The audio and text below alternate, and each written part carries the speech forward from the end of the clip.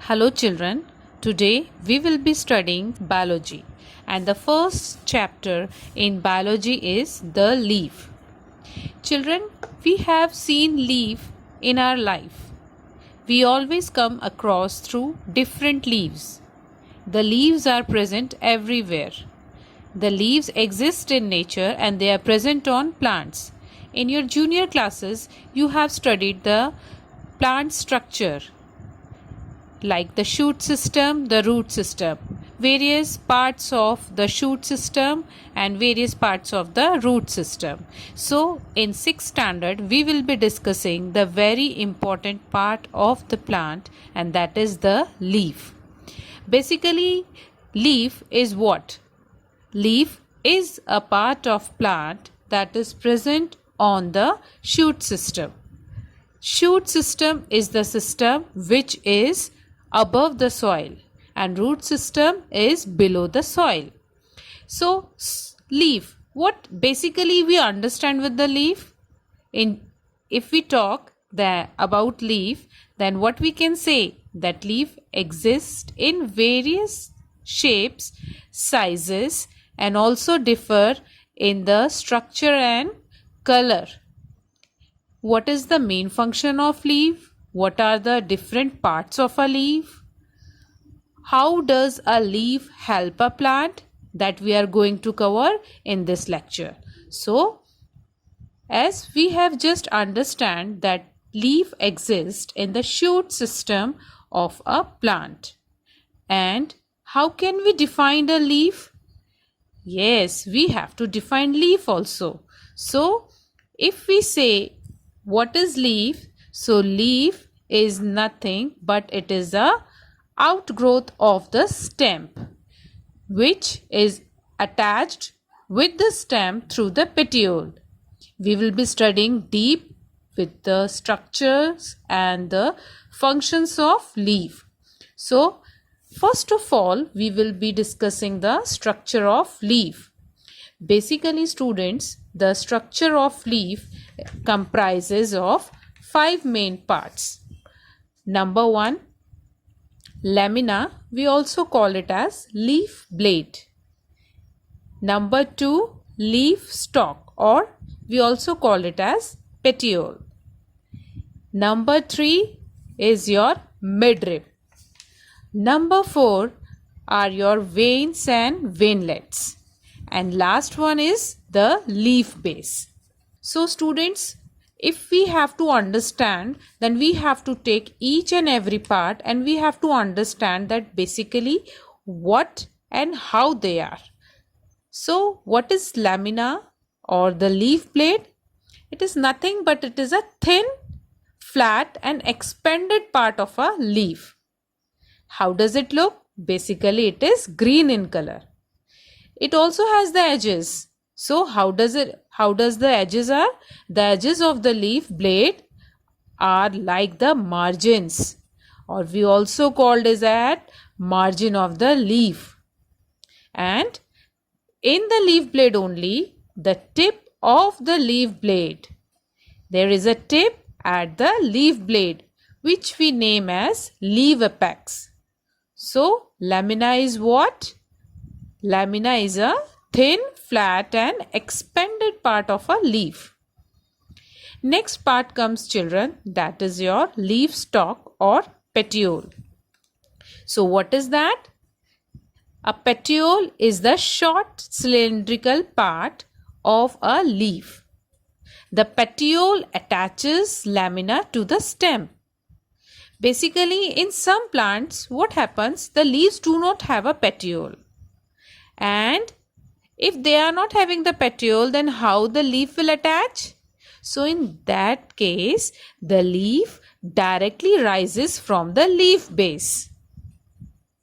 Leaves that do not have a petiole, they are not having petiole, they are directly arising from the leaf base. So such kind of plants or the leaves are called the epitiolate leaves. They are called epitiolate leaves. Understand? Next comes your midrib. And what is that? The lamina has a thickened vein along its center called the midrib. So, if we have to define that what is midrib, then it is nothing but the midrib is the thickened vein which is along the center. That is your midrib. Understand? Next comes your veins and veinlets. So, what are they? Many lateral branches known as veins arise from the midrib. So, their existence is from the midrib only. Veins are further dividing just like our branches are divided. They form the veinlets. So, vein is what? Vein is the lateral branches which are arising from the midrib. So, they arise from the midrib. And what are they? They are veins. And what are veinlets? These veins get further branched and then they form the veinlets. Last is your leaf base. So what is that? This is a small, slightly swollen part at the end of the petiole. And what was the petiole?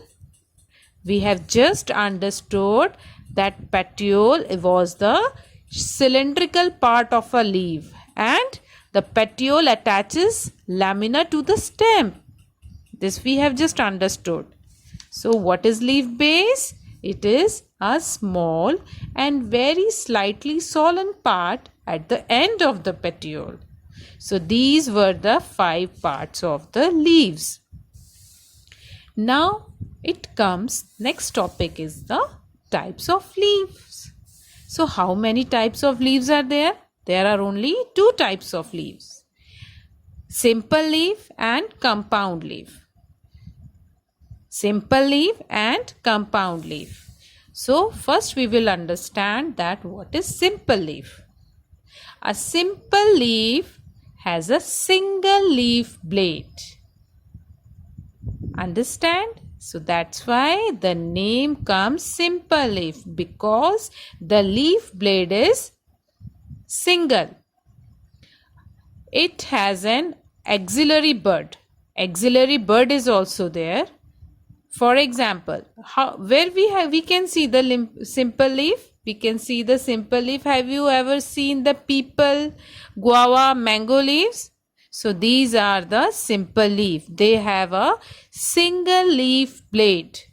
That's why they are called simple leaf. Now what is compound leaf?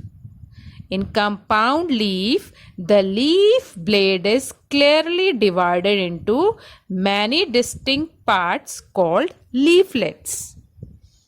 So in simple leaf, it was having a single leaf blade.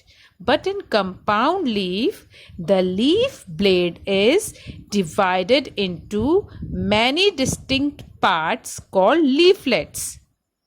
Can we take the example to understand the compound leaf? Yes. For example, we can take the leaves of neem. It's a very common tree and you all have seen that. So how are the arrangement of leaves there? So they are having, the neem tree has compound leaf. Understand? Yes. So how many types of leaves are there? Simple leaf and compound leaf. Now next comes the types of venation. So how many types of venations are there in the 6th standard?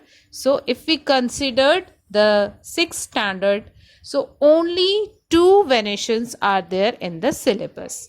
Number 1 is your reticulate venation and number 2 is your parallel venation. So before understanding the reticulate and the parallel, we should know that what is venation. Students, venation is nothing but it is the arrangement of veins and veinlets on the lamina of the leaf blade. Understand? So it is the arrangement of veins and veinlets on the lamina of leaf blade. That is called your venation. So Number 1 is your reticulate venation and number 2 is your parallel venation. So what happens in reticulate venation? Basically, veins and veinlets are irregularly distributed over the entire lamina and they form a network. I will repeat this. In reticulate, veins and veinlets are irregularly distributed and they form the network. And where they are forming a network of irregular distribution? In the lamina. They are distributed all over the lamina. So this type of arrangement of the veins is known as reticulate venation. If we take the example of reticulate venation, so we can take the guava leaves and the mango leaves. Next comes your parallel venation. What happens in parallel venation? The veins run parallel to each other. That's why the name comes parallel venations. Such leaves are said to be parallel because the veins are arranged parallel to each other. And if we take the examples, so examples are the leaf of banana. So they are having the parallel venation, and the leaves of guava and mango are having reticulate venation. And what was the venation? Arrangements of veins and veinlets on the lamina. Understand? Yes. Now children, next topic is the arrangement of leaves on a stem. How the leaves are arranged on a stem? It is divided into 3 main classes. Number 1 is your alternate arrangement, and number 2 opposite arrangement, and last one is your rolled arrangement. So depending upon the arrangement of leaves on a stem, we name them alternate, opposite and rolled arrangement. So what happens in alternate arrangement? So in this type of arrangement, only one leaf arises from each node. One node will be having only one leaf. The leaves are attached to the stem in a spiral pattern, one after another. Understand, students? So example, if we will take, then again mango and China rose. You all have seen, these are the common plants. Next arrangement is opposite arrangement. So what happens in this arrangement? So in this type of arrangement, a pair of leaves arises from the same node, but the leaves grow opposite to each other. That's why the names come opposite arrangement. Understand? So if we will take the example of such kind of arrangement, so we can take the guava leaves. In guava tree, the leaves are arranged in opposite arrangement. Last comes your rolled arrangement. What happens in this? In this type of arrangement, a set of 3 or more leaves, I'll repeat, a set of 3 or more leaves comes from the same node. So the set of leaves are at the same level and form a roll, or we can say a circle. That's why it is called as rolled arrangement. Understand, students? So these are the arrangement of leaves on a stem. Next comes your functions of leaf. So what are the functions of leaf?